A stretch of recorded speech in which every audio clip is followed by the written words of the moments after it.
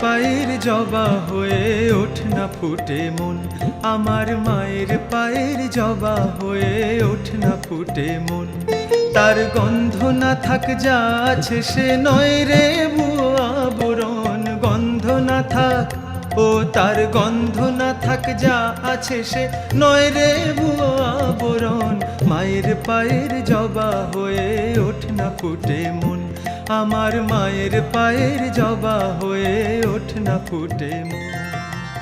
মা, মা গো মা, তোকে সেবা করার জন্যই তো আমারই জীবন ধারণ, তাই না মা? মাগো মাগো, এই বেশভূষা তোকে পাওয়ার জন্যই তো এক উপায়, তাই না মা? মা মা, তুই তোর বাইরের রূপ তোর কাছে রাখ, আমাকে তুই তোর ভেতরের রূপ দে মা, আমায় তুই তোর ভেতরের রূপ দে, দে মা, দে দে মা। মা গো, তুই আমার ভেতরে ঢুকে যা গো মা, আমার ভেতরে ঢুকে যা, ভেতরে ঢুকে যা মা, ভেতরে ঢুকে যা মা, মা ভেতরে ঢুকে যা মা, ভেতরে ঢুকে যা মা, ভেতরে ঢুকে যা মা, মা গো, মা আমার ভেতরে ঢুকে যা মা, আমার ভেতরে ঢুকে যা, আমার ভেতরে ঢুকে যা মা, মা গো, মা, মা, মা, মা।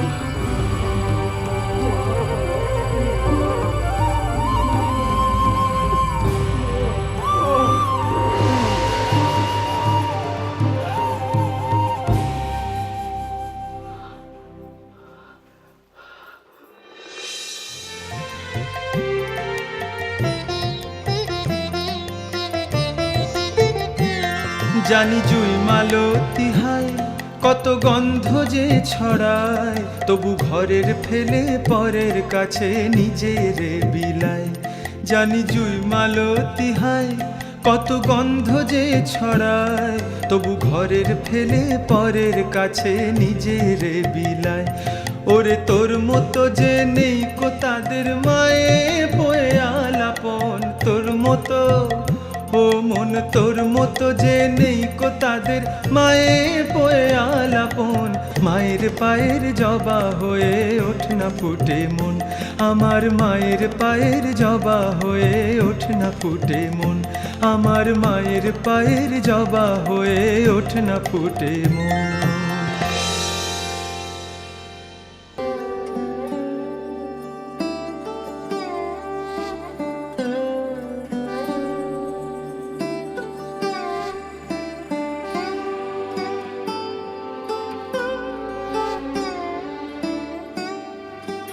মা, মা গো মা, তোকে ছাড়া যে আমার এই জীবন বৃথা মা, জীবন বৃথা।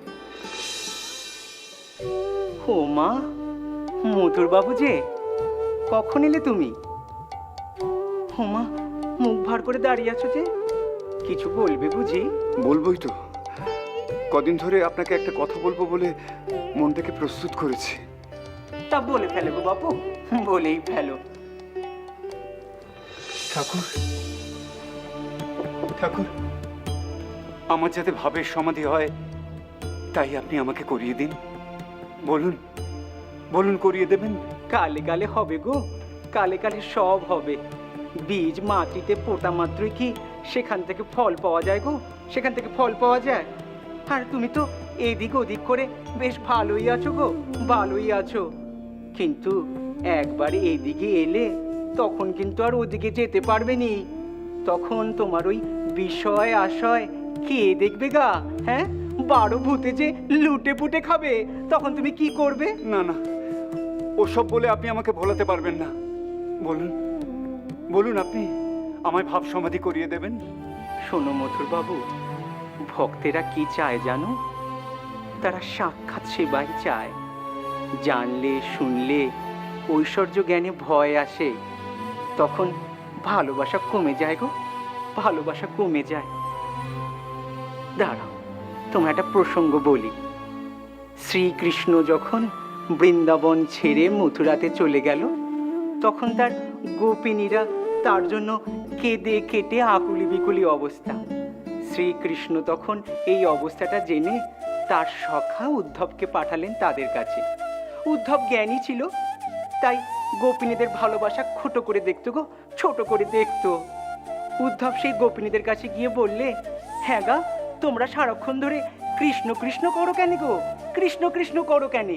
তিনি যে সর্বত্র বিরাজমান গো, সর্বত্র বিরাজমান। তিনি যেমন মথুরাতেও আছে, তেমনি বৃন্দাবনেও আছে। একবার নিজ চক্ষু মুদে হৃদয়ের মধ্যে তাকাও, দেখতে পাবে সেই ঘনশ্যাম মুরারিকে। বুঝলে? বুঝলাম, কিন্তু আমার মন যে মানতে চায় না। ঠাকুর, আপনি বলে দিন, কোন পথে গেলে আমার ভাব সমাধি হবে? সে আমি জানি না বাবু, সে আমার মা জানে। তবে একটা কথা তোমায় বলতে পারি গো, বিষয় আশয় না ত্যাগ করলে ভাব সমাধি হয়নি গো, ভাব সমাধি হয়নি। বেশ, আজ থেকে আমি সব কিছু ত্যাগ করলাম। ও, আপনাকে যে কথাটা বলতে আসা, আপনাকে আমি একটা তালুক লিখে দিতে চাই। ও বাবা মথুর বাবু, তুমি দেখছি বড় হিসেবি গো, বড় হিসেবি। তুমি যে আমার বাঁধতে চাইছো গো, বাঁধতে চাইছো, ওটি হবে নি গো, ওটি হবে নি। তবে তোমায় আমি একটা কথা বলে দিলুম, আজ যেমন তুমি সব কিছু ছেড়ে ছুড়ে ভাবের দিকে পা বাড়াতে চাইছো, একদিন এমনও আসবে তুমি আমায় বলবে, ঠাকুর তুমি তোমার ভাব নাও গো, তুমি তোমার ভাব নাও, আমার ঘাট হয়েছে গো, আমার ঘাট হয়েছে। পরের কথা পরে ভাবা যাবে, আগে ভাব সমাধি হোক। ঠিক আছে গো, ঠিক আছে। মাকে বলবো খন তোমার কথা, মাকে বলবো খন তোমার কথা।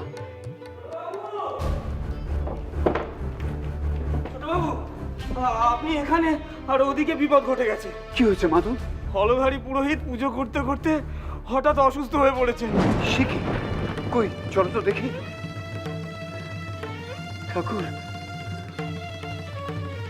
আজ আমাকে ফিরতে হচ্ছে, কিন্তু আমি আশা ছাড়ছি না, আমি আশা ছাড়ছি না। জয় মা, চলো চলো, এসো এসো।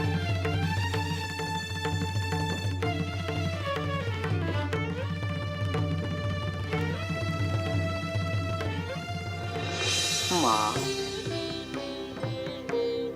ত্যাগে নৈকে না মৃতত্ব মাংসু, অর্থাৎ ত্যাগ বৈরাগ্যেই অমৃতত্বের পথ। মা, জয় মা, জয় মা। মা, দেখলি মথুরবাবু কি বলে গেল? বলে কিনা সে আমার পরম ভক্ত। মা, তুই মথুরবাবুকে পথ দেখা, মা, মথুরবাবুকে পথ দেখা। মা, মা গো, মথুরবাবুকে পথ দেখা তুই।